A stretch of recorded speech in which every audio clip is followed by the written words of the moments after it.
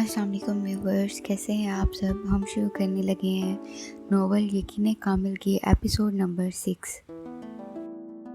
वो ऑफिस में बैठा केस की फाइल स्टडी कर रहा था कि अचानक उसकी नज़र घड़ी पर पड़ी।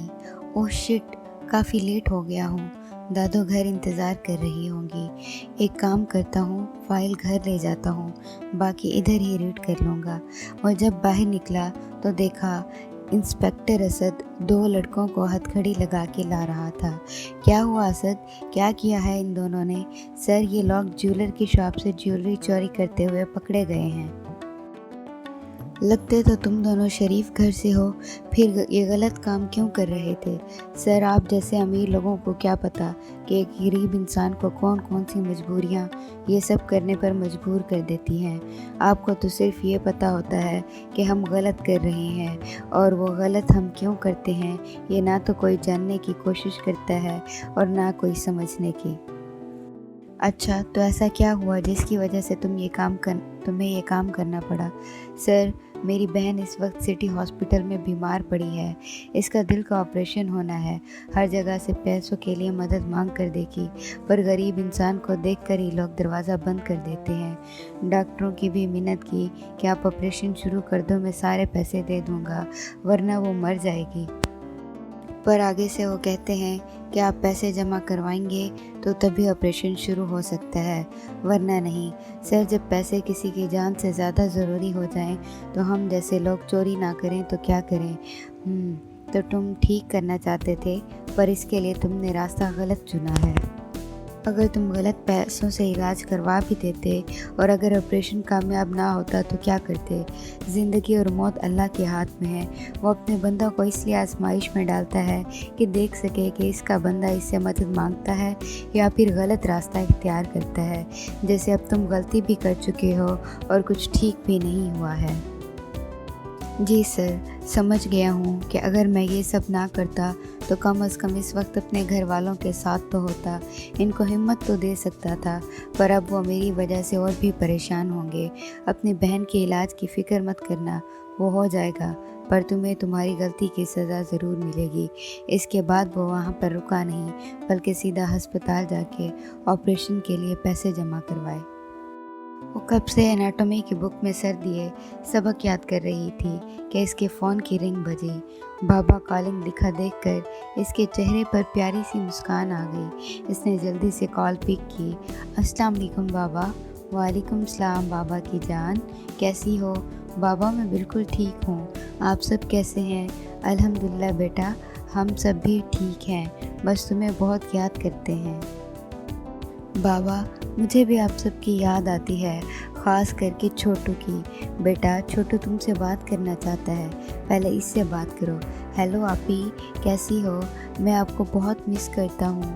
आपके बगैर मेरा क्रिकेट खेलने का दिल नहीं करता, ना आपके बगैर आइसक्रीम खाने में मज़ा आता है। हाँ, तो तुम्हें मज़ा कैसे आएगा?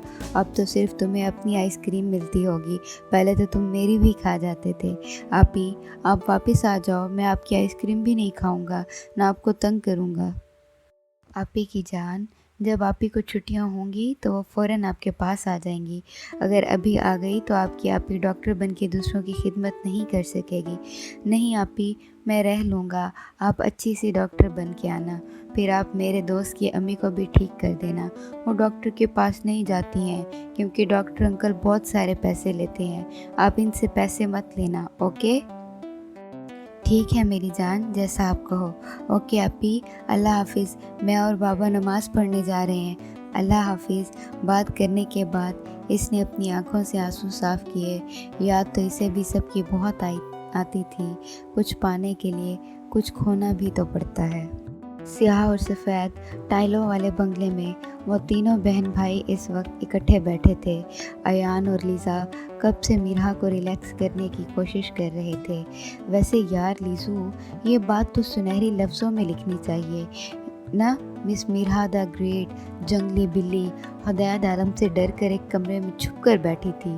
और ओए चलगोज़े, मैं किसी से नहीं डरती, और इस चंगेज़ खान से तो बिल्कुल भी नहीं।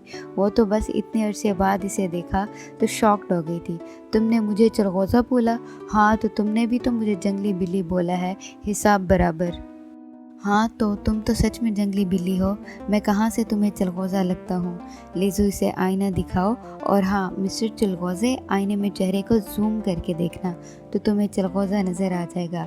ओह हेलो, मेरी किलर लुक्स को देखकर लड़कियाँ मरती हैं। वही तो मीरा, तुम्हें पता, कॉलेज में जो इसे एक बार देख ले ऐसे गिरती है कि इसे उठाने के लिए 3-3 लोगों को आना पड़ता है। इसकी किलर लुक्स इतनी किलर हैं कि लड़कियां इसे देखकर दूर भागती हैं, कहीं इसे देखकर मर ही ना जाएं। लेज़ू की बच्ची, तुम मेरी पार्टनर थी। अच्छा, पर अभी तो मैं अपनी बहन की पार्टनर हूँ। मिस्टर चलगोज़े, तुम अपने लिए कोई और ढूंढ लो। हाँ हाँ, जा रहा हूँ मैं। अब मूड ठीक हो गया तो किसी को मेरी ज़रूरत नहीं है। मेरे ख्वाबों की शहज़ादी, मैं आ रहा हूँ तुम्हारे पास। इधर तो किसी को मेरी कदर नहीं है। वो बालकनी में खड़ा चांद को देख रहा था। इस सफ़ेद संगमरमर वाले वेला की चमक दमक के सामने तो चांद की चमक भी मानंद पड़ रही थी, पर शायद इसे इस वक्त कोई भी चीज़ चांद से ज़्यादा खूबसूरत ना लगी थी जो इसकी नज़रों का इर्तिकाज़ चांद से हटा सकती।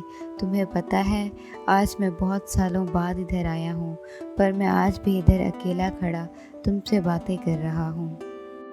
बचपन से लेकर आज तक सिर्फ तुमने और तुम्हारी चांदनी के अलावा किसी ने मेरा साथ नहीं निभाया। मैं जिससे भी प्यार करता हूँ वो मुझसे दूर हो जाता है। अब तो मुझे भी इन सब के बिना जीने की आदत सी हो गई है।